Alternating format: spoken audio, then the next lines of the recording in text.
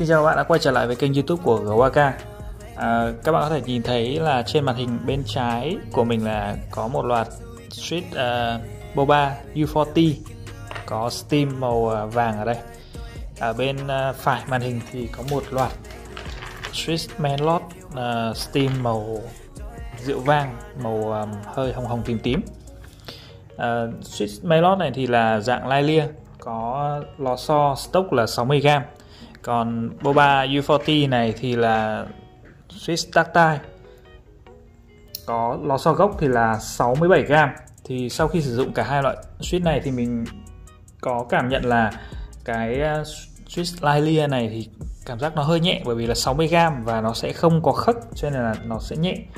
Mà cái switch tactile này là 67g, cộng thêm cả cái lực nhấn của cái tactile nữa thì nó sẽ hơi nặng một chút.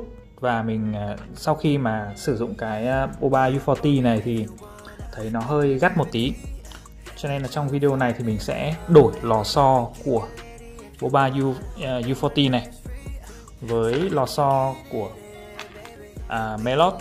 Như vậy thì sau khi đổi xong thì chúng ta sẽ có switch Melot với lò xo là 67g.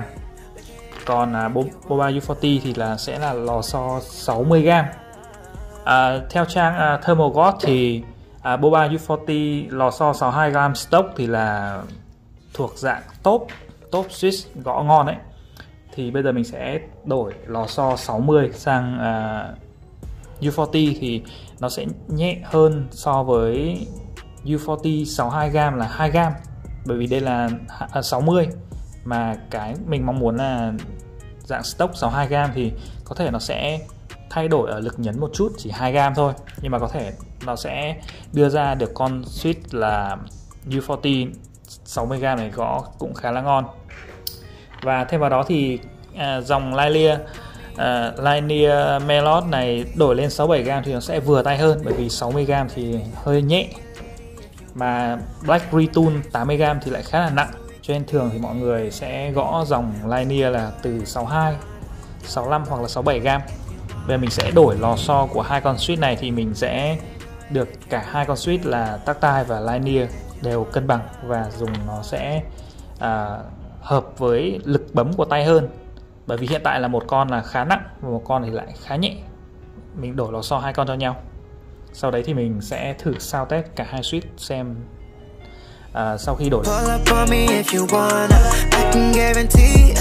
That you gon' fall in love, baby. We can get litty if you wanna. Girl, my night is free, so we can get it in, baby.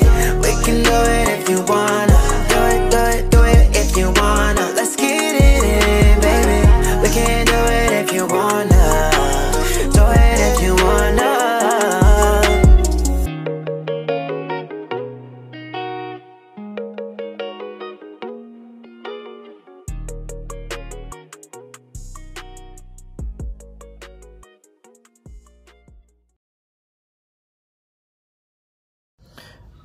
Vậy là mình vừa thực hiện việc đổi lò xo của Boba U40 67g với sang switch Melot 60g, và đã thay các switch Melot lên con NG68 này.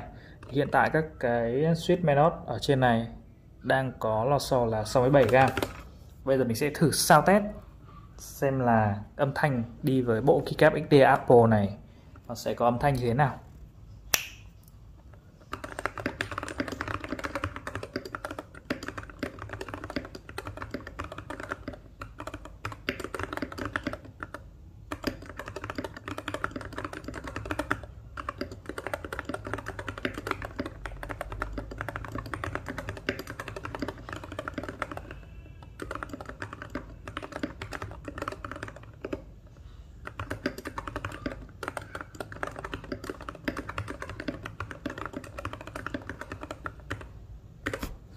Bạn thấy là âm thanh nó khá là, gọi là gì nhỉ, khá là vang chứ, nó khá là vang và khá là nảy.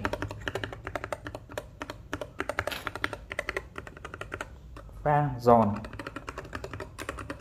So với Sweet Melot ban đầu thì lò xo đã nặng hơn và có cảm giác là nó nảy hơn.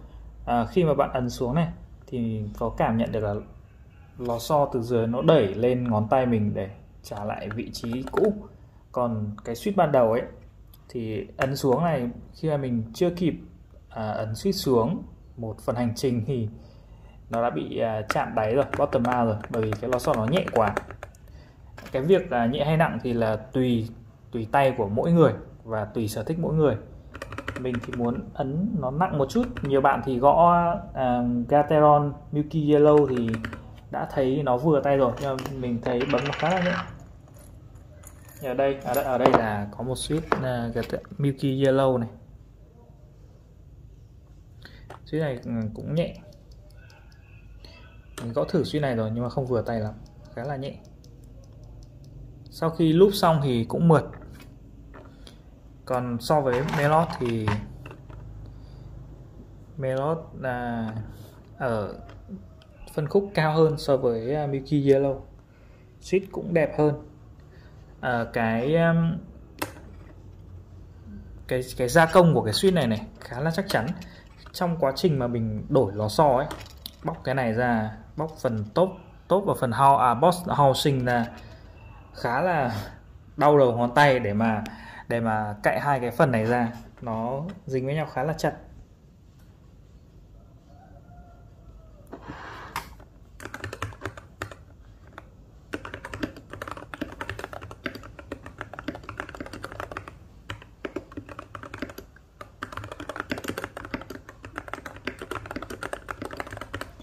Bởi vì là mình mới thay lò xo xong cho nên là phải dùng một thời gian thì để tay cảm nhận mới biết được xem là cái lò xo này đã phù hợp chưa. Nếu mà các bạn cảm thấy nhẹ thì các bạn có thể lên lò xo 72 hoặc là 78. Ở đây thì mình có Black Retool này, Cherry Black Retool, lò xo là 80g. Mình thấy cái con này đi với keycap Cherry Profile gõ rất là hợp, tiếng kêu rất hay. Bởi vì là khi mà mình lắp cái keycap XD Apple này với switch tactile là cái Kiwi này, switch Kiwi này thì cảm giác nghe nó hơi rỗng, nó không được đặc chắc lắm. Có thể là do keycap XDA này cái phần nó hơi rộng hơn, cái phần bề mặt keycap nó rộng hơn so với keycap của Cherry, cho nên là gõ cảm giác nó hơi rỗng, nó hơi vang chứ nó không đầm tay. Chính vì vậy cho nên là mình mới muốn thử cái keycap XD Apple với switch Linear xem cảm giác gõ như thế nào.